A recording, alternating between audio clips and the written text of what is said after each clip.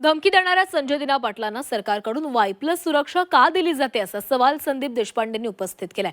प्रक्षोभक भाषण केल्याप्रकरणी राज ठाकरेंची सुरक्षा व्यवस्था काढलेली होती, तोच न्याय संजय दिना पाटलांबाबत लावा अशी मागणी त्यांनी केली आहे। संजय दिना पाटलांच्या सोबत गुन्हेगारी वृत्तीची व्यक्ती कशी असा सवालही त्यांनी उपस्थित केलाय।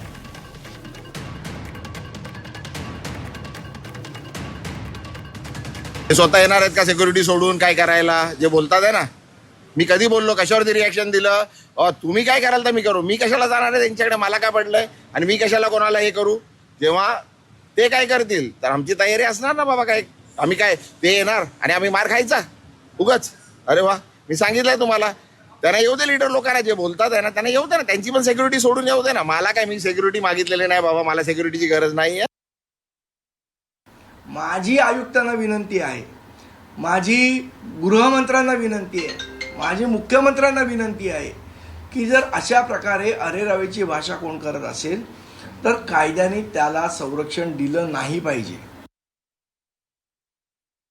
आपल्याला आठवत असेल तर ज्या वेळेला सन्माननीय राजसाहेबांवर आंदोलनाचा, म्हणजे ज्या वेळेला जे परप्रांतीयांच्या विरोधात रेल्वेचं आंदोलन चालू होतं त्यावेळेला त्यांची भाषणं प्रक्षोभक आहेत असं कारण सांगून तात्कालीन सरकारने त्यांची सुरक्षा काढून घेतलेली, सन्माननीय राजसाहेबांची सुरक्षा काढून घेतलेली की यांचं भाषण प्रक्षोभक आहे म्हणून। मग हाच न्याय संजय दिना पाटलांना लागू होतो की नाही होत हे पण एकदा गृहमंत्र्यांनी सांगावं।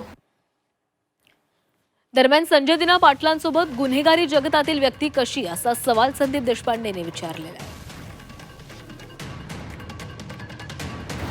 आणि मग असे लोक जर खरोखर असतील तर ते खासदारांबरोबर काय करताय? बर, जी गाडीचा आपल्याला माहिती आहे ऍक्सिडेंट झाला होता त्यांच्या मातोश्री, ती गाडी या व्यक्तीच्या नावावर आहे का हा माझा प्रश्न आहे। त्या गाडीचा नंबरही मी तुम्हाला देतो, तुम्ही शोधा RTO मधनं ती गाडी कोणाच्या नावावर आहे ते। आणि अशा लोकांना जर घेऊन फिरणार असतील आमचे खासदार, समाजातले समाजकंटक लोकांना, तर मला असं वाटतं त्यांची भाषाही तशीच होणार। त्यामुळे हा ते राहत असलेल्या संगतीचा परिणाम असावा। बातमी मुंबईच्या अंधेरीमधून आहे। मुंबईतील अंधेरीमध्ये कारचा भीषण अपघात झालेला आहे। महिलेचं कारवरील नियंत्रण सुटल्यानं भरधाव